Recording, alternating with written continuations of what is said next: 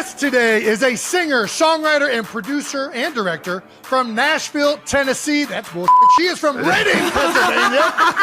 She is the most awarded artist in the history of the American Music Awards, Billboard Music Awards, and iHeart Radio Music Awards. Yeah, damn. She has 14 Grammy Awards and is the only artist in the history to win Album of the Year 4 times. Last December, she wrapped up the Eras Tour, which spanned 149 shows across 51 cities, 5 continents. It was the most attended tour of all time. I'm still going. Hold on. Her last album, The Torture Poets Department, set a record with 1.76 billion streams globally within the first week alone. All right. In the first week? And as a fan of that guy on the Chiefs, she has 19 wins, 2 AFC titles, and a Super Bowl.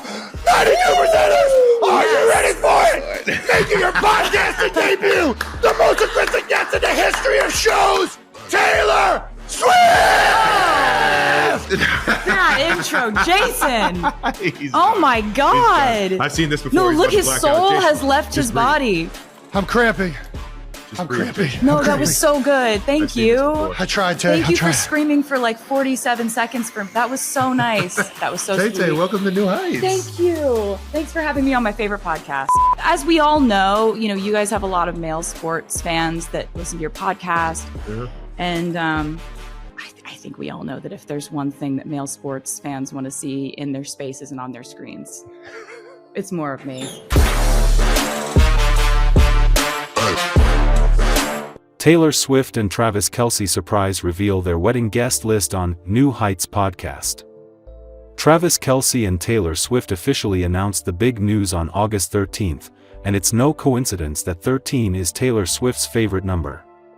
On Wednesday, the members-only New Heights podcast debuted, the familiar intro music, a close-up of Travis Kelce in a mustard yellow hoodie and Taylor Swift in a soft but striking floral blue shirt. 2 microphones placed in front of their faces, snug headphones, and studio lighting made everything look both warm and professional. From the moment the show began with a completely new setting, the audience noticed something different. Travis smiled mysteriously, while Taylor bit her lip as if trying to contain a big secret. Travis excitedly opened the show saying, "Today, we have a special announcement. And I think it's worth making public, and I'm really happy about it." Taylor, smiling, looking directly into the camera, "We decided to share part of our wedding plans. And, yes, the guest list. This is extremely unusual. Usually, celebrity couples keep this information private to avoid the media's scrutiny. But Travis and Taylor chose to go public, and not in a social media post or press conference, but right in the familiar space of New Heights, where fans get to see them at their most comfortable and genuine."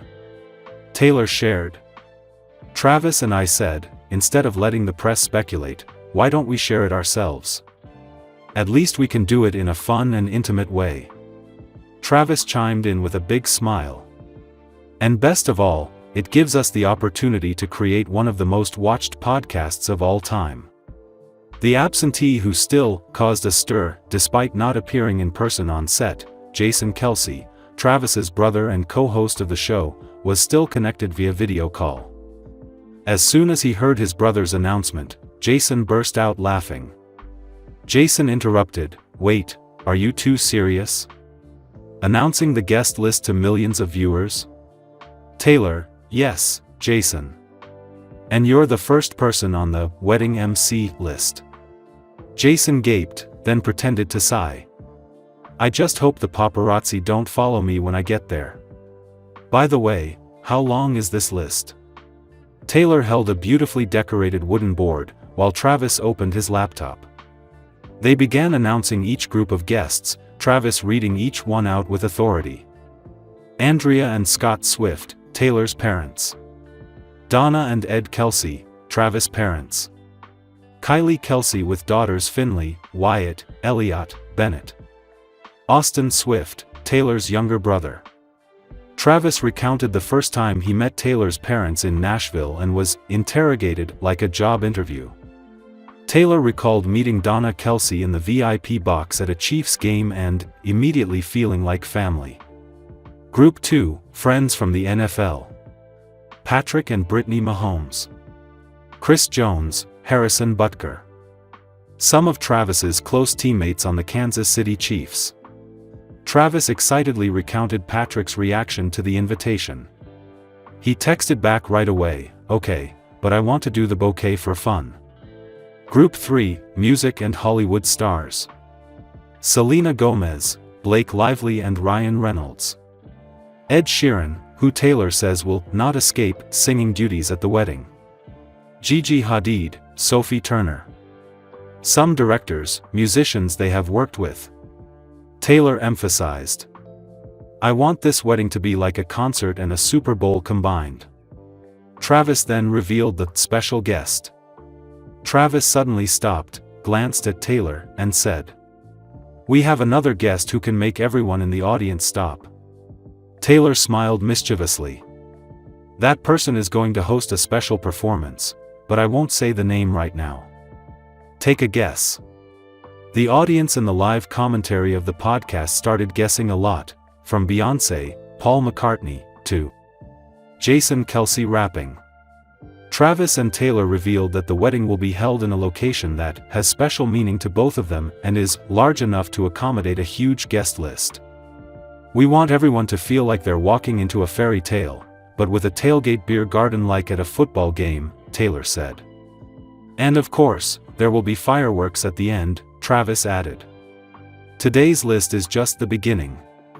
We'll be revealing more names in future episodes. But rest assured, this will be a wedding no one will forget."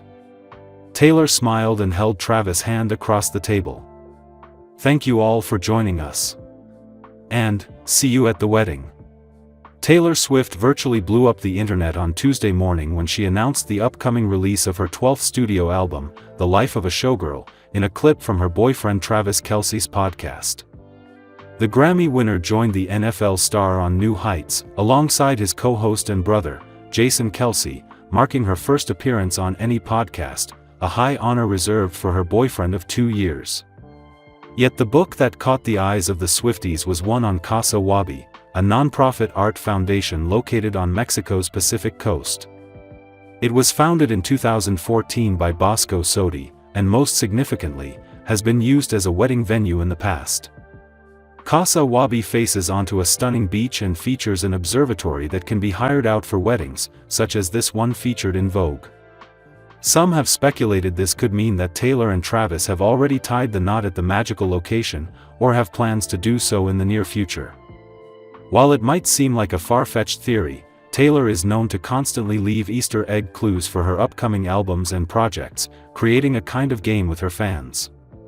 The organization couldn't have been happier to see the Casa Wabi book sitting on the bookshelf behind Taylor and Travis, telling the Daily Mail, "We are delighted that Casa Wabi's new book is in her video. We would love to invite her to visit Casa Wabi and to learn all the community work we do." Their book delves into the foundation's goals and explains its work in the local community. The foundation seeks to create a positive and lasting impact on its surroundings through art, education, and social engagement, Casa Wabi shared. "We firmly believe that direct encounters with art awaken sensitivity, spark imagination, and open new ways of relating to oneself and to others." Speculation that Taylor and Travis are set to say, "I do," has been swirling for months, and the Kansas City Chiefs star only fanned the flames in his new interview with GQ. The athlete opened up about how his parents stayed together for the sake of their children, before ultimately divorcing when Travis had moved away for college. "They were always the ultimate partners in terms of being there for us as kids," he explained. "There was no division in terms of anger at each other. I think the romance of it all might have just kind of faded, being so focused on their careers and raising a family. It's probably hard for parents to keep that romance, especially when you've got kids that are into, expletive, everything, you know," he said, adding that he would do whatever it took to make it work with his future wife. "The handful of my friends whose parents are still together and still thriving, those are situations I would love to have," Travis shared.